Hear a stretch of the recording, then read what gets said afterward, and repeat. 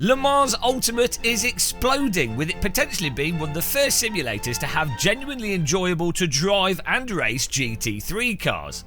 Following on from yesterday's update, we did 8 hours of live stream testing, and in this video I'm going to let you know what I think of Le Mans Ultimate in its current state, what you should expect, and the sad news that Birmingham won't be destroyed by the asteroid. This channel is brought to you by the Department of Chronic Hair Loss, channel members, and many people that are lacking in functional brain cells. Remember, subscribe so you can unsubscribe when you get angry, and also click the like button for a finger workout. 3 new LM GT3 cars, one of those cars included in the base package price, not requiring you to get the new DLC, some new layouts, and a whole bunch of polish, tweaks and updates. That is what dropped yesterday, and that is what we wasted 8 hours of our live streaming and driving yesterday. But sadly, we had a good time, which is illegal within sim racing, and even sadder, and I dare say I'm hitting myself with a concrete slab on the forehead for saying this, the GT3 cars themselves were actually fun to drive as GT3 cars. The racing was actually good. The netcode that you have in this that allows a bit of contact, the controllable slip, the general feel of the vehicles telling you what they're doing, it goes together to make GT3 racing that is not as stale, dull and turgid as it typically is in just about every other racing simulator. iRacing, ACC, I give Race Room a pass because that's actually really quite good with its GT3 cars, but you know, this right now, if you wanted to do online racing with GT3 cars, this is the best GT3 racing you can get. The best handling, the best GT3 experience, the least dull and the most fun. I now feel very queasy after being far too complimentary towards GT3 cars, which we all know are the worst concrete sledges that humanity willingly races. Humans aren't the most intelligent species, let's be honest. Sadly, in terms of handling tire behaviour, force feedback and all the other important stuff, it's only really the LMGT3 cars that have received the update, though obviously the developer is going to be moving the progress forwards on the other content as well. It's just going to take some time.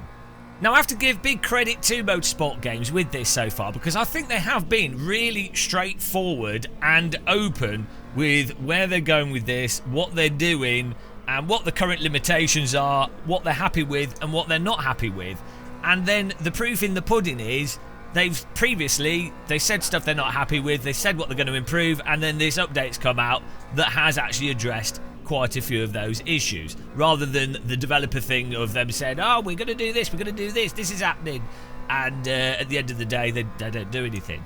Their steadfast focus on producing the ultimate Michi Hoyer racing simulator is really quite something to behold, and I think when this actually comes out of early access and is truly finished, we will all have perfectly ironed shirts. So I'm looking forward to that, because my shirts are all crinkled as if they've been through a Serengeti elephant stampede.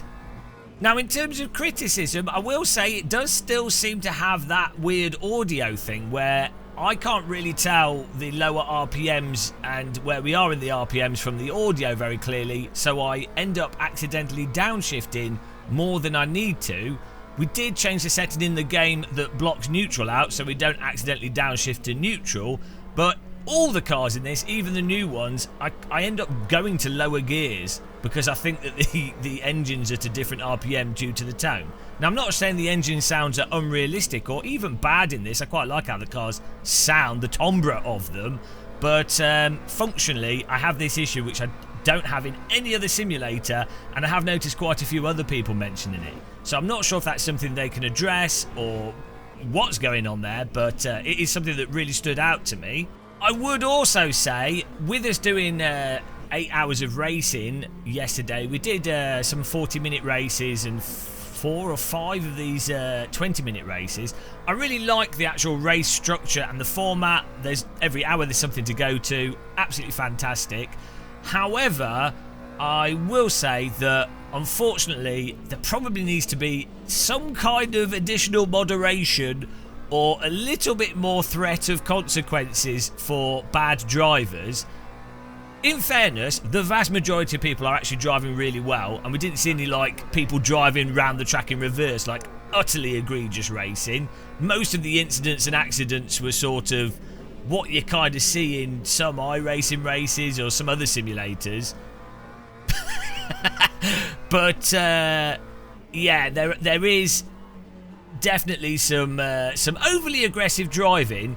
I think R-Factor 2's netcode and car contacts and reduced damage really help to make that not frustrating. So there were quite a few accidents that we had contacts with other people. I did some bad driving myself, obviously not intentionally, but in all those cases, even when we were spun out, we were able to still finish the race and not feel like it was just game over and we'd wasted half an hour or had to wait half an hour, which is what happens in iRacing. So R-Factor 2 netcode, or LMU netcode, does a lot of the heavy lifting, and the lower damage, I think, from a gameplay perspective is really good. But I definitely think there needs to be some sort of moderation or better moderation, because I can see that being more of a problem, especially as this picks up in popularity. There were so many splits for the LMGT3, it was actually crazy. And then in terms of the rookie races, which will always be the most popular, thankfully they've done fixed setups, which is great because it just levels the playing field. And unless you're doing like a high level esports thing or longer racing, I think fixed setups are the way to go. But the fixed setups they have are really on the understeery side rather than on the neutral side. Now, I get the argument for understeery setups. If people haven't learnt the ability to countersteer and control the car, then an understeery setup might be safer for them. I would say if you can't countersteer and catch the most basics of slides, you shouldn't be in a race in the first place, because that's just like knowing how to use a brake pedal type of skill. Also, you could go, well, people might play with a gamepad or a keyboard or Nintendo bongos, and so oversteer is hard to catch with those devices. Well, you know, this is a simulator. You can't really design for the absolute lowest common denominator of input, or enforce that on everyone. You can design for the lowest common denominator, but you shouldn't enforce that to everybody, if that makes sense. So I would really like to see the default setups be more on the neutral side, a little bit more oversteery. I mean, the ideal situation would be kind of like what ACC had, where you have two setups, like an aggressive and a non-aggressive setup. I don't know if they could do two default setups in this, but ironically, I do feel like more understeery setups, especially in GT3 cars that have ABS, they have TC, like, they're already pretty forgiving cars anyway, so the more understeery setups actually cause a lot of accidents, because a car on the inside might miss a brake point a little bit, and rather than them being able to get on the brake more to rotate the back of the car to hook into the corner, the car on the inside brakes more and understeers into the car on the outside. So it actually, the more understeery setups actually produce harder, more wreck-filled races. So I don't think, I'm not saying their default setups are absolutely terrible. They're actually still really quite good. They're more than workable on the grand scheme of things. They're better than default setups that you've had in some other simulators at times. But I just think they should be generally on the more oversteery side. What you'll notice with how things are, less so with the McLaren but more with the Mustang, is that if you have not got the car set up into the corner pretty early, or you go over this sort of, there's like a certain pace through the corner, you just go over it, it kind of just gets stuck in this really tiresome mid to late corner understeer. But contradictorily, it's probably just diff settings, to be honest. When you get on the power, the car actually hooks up really nicely. So again, it's like the setups are actually encouraging kind of really weird, brutal type of driving that's somewhat inconsistent. So I would say, as someone that's clueless on this, but it seems to me like a more open diff coast would probably be a good thing, and maybe a little bit lower rear downforce or stiffer rear ARB. I don't know, just anything that gets a bit more early and mid corner oversteer. I want to see more people spin off, learn how to drive, guys. Now, I would also say, it seems to me like some of the game's telemetry is not necessarily coming out. So some of the ABS telemetry and maybe other aspects, I'm not sure if it's my system. I've not fully investigated it, but it seems like there might be some telemetry issues going on. It'd be interesting in the comments if you have noticed that as well, if that is something that that's affecting you, because then we'll get back on it. But I can't comment on that too much. I just noticed I didn't seem to be getting some of the telemetry stuff out to my hardware. Now, as I said at the beginning, they have added some new layouts. So Bahrain has its outer circular layout, but unfortunately it's a Tilkodrome, so it's a terrible racetrack. It's not that bad, actually. I just need to learn it. So they've added some new layouts. We've got the Monza as well, with the non-chicane Monza, which really breaks my brain. But obviously this is the World Endurance Championship. It doesn't have the largest number of tracks, so people that particularly like GT3 and play a lot of ACC and maybe iRacing and are looking for that track variety obviously will be let down to some extent, or to a large extent. Personally, the tracks that are in this are really nice, and personally, when it comes to the online ranked racing, which I think is the point of this, and also the point of ACC if you're doing it competitively with low fuel motorsport and iRacing, I am of the school of thought, controversial, you don't need a lot of tracks, you just need good racing. Like, look at tennis. You play tennis on you've got a grass court and a dry court and maybe concrete or something, but the same court. Football, it's all on a football pitch. Squash court. You know, Rocket League, we've said this in other videos, only one level, you know, and Counter-Strike, people only play Dust 2. So I think there's a lot of people, probably the more casual people in some ways, that fixate on, we need 1 billion cars, we need 1 billion tracks. It's like, well, actually, no, you do not need that. What you need is good quality racing on a few good tracks. And to be honest, most GT3 drivers only know how to drive Spa. But you've already got Bahrain, Circuit de la Sarthe, Kota, Fuji, Imola, Interlagos, Monza, Portimao, Sebring and Spa. So that's enough tracks. That's like more maps than Counter-Strike 2. And as I say, people just play Dust 2 and maybe Mirage in Counter-Strike for decades. So that variety thing, I get it. I do like different tracks. And look, unless this has Oulton Park in it, it's not a real simulator. Brands Hatch and Oulton Park, they are the real Spa Nürburgring.